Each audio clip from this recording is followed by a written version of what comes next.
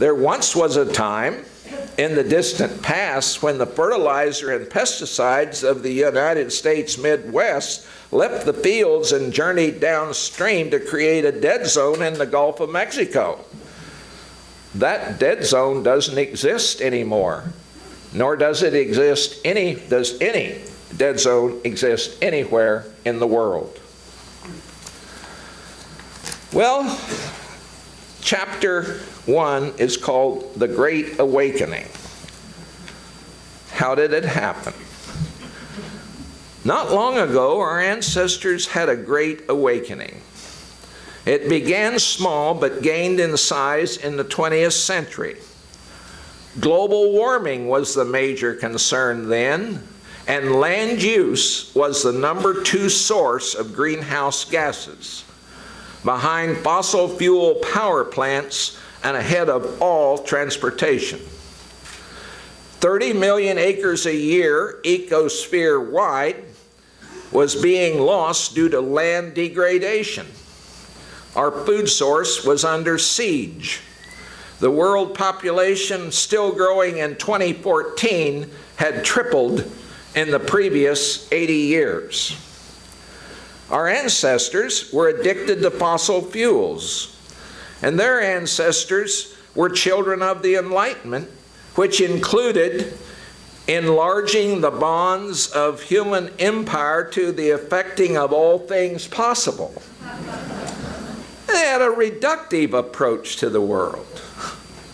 Our ancestors, like us, they wanted a world without hunger, but there was also a certain industrial heroism among them. Their dominant slogan was, "We must feed the world." Thankfully, a few were saying, sure, the world must be fed, but then what if we have failed to stop greenhouse gas accumulation, soil erosion, depletion of fresh water? This was in the days of the Great Awakening, when only a few appreciated that soil is more important than oil and is much of a non-renewable resource. The Millennium Ecosystem Assessment scientists concluded that agriculture was the #1 threat to Earth Island's wild biodiversity.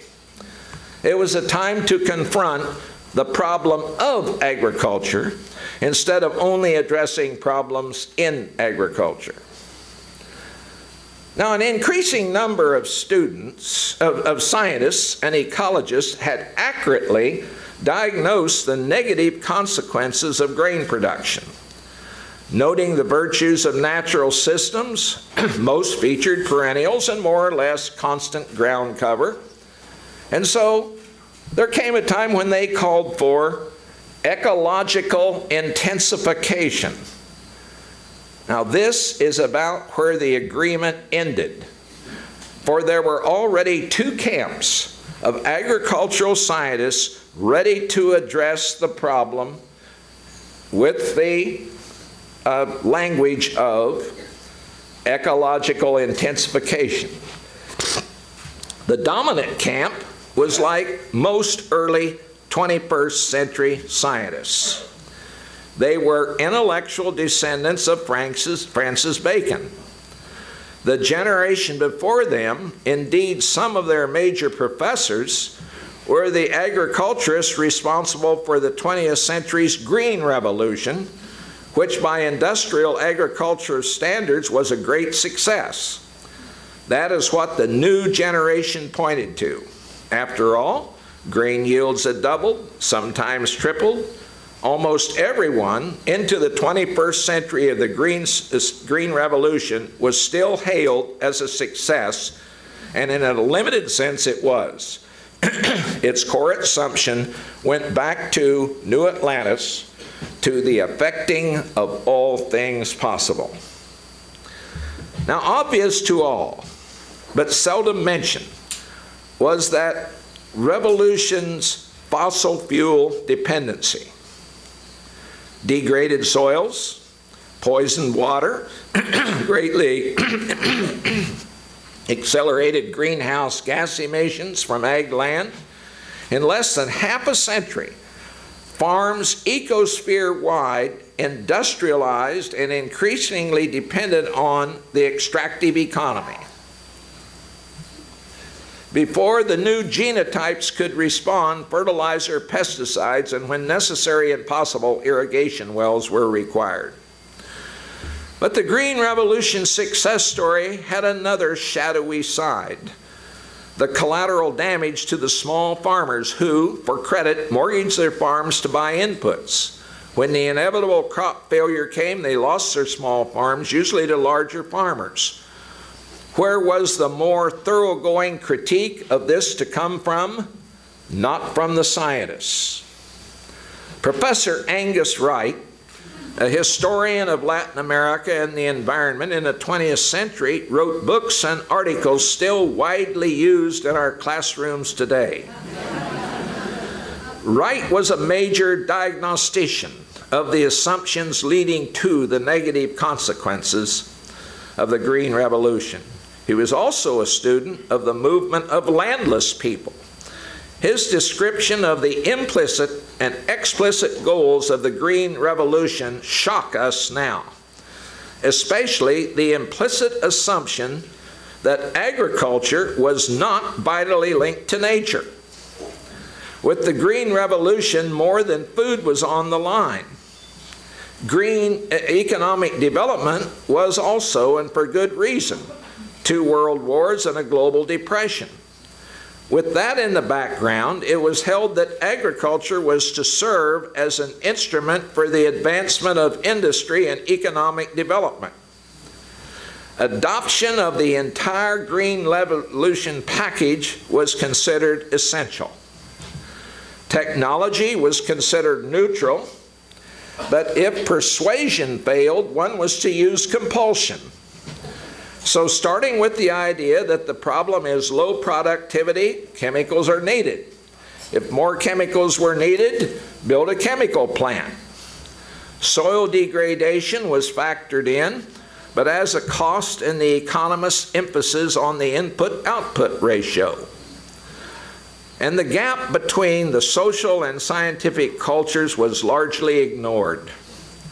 Techniques of traditional farmers were regarded as more of an obstacle than a resource, and those in the developed world thought of themselves as the teachers.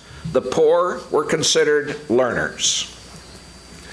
By the 21st century, agricultural scientists had heard the critique and were aware of the social and physical consequences. They wanted to do better next time. That is how ecological intensification became a mantra. But what did that mean?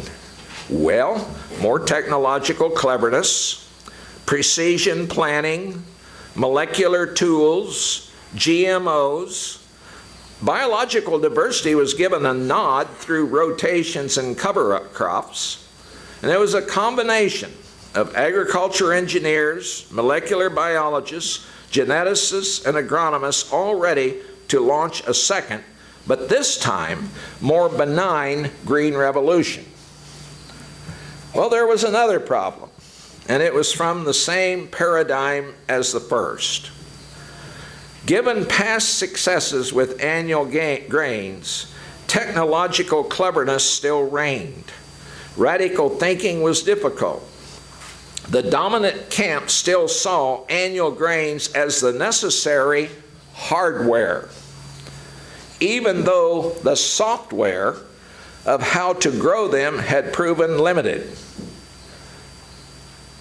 The annual grains were the hardware. The software was the agronomy. The grain fields need high nutrient retention. Agricultural fields need to accumulate organic matter and manage soil water.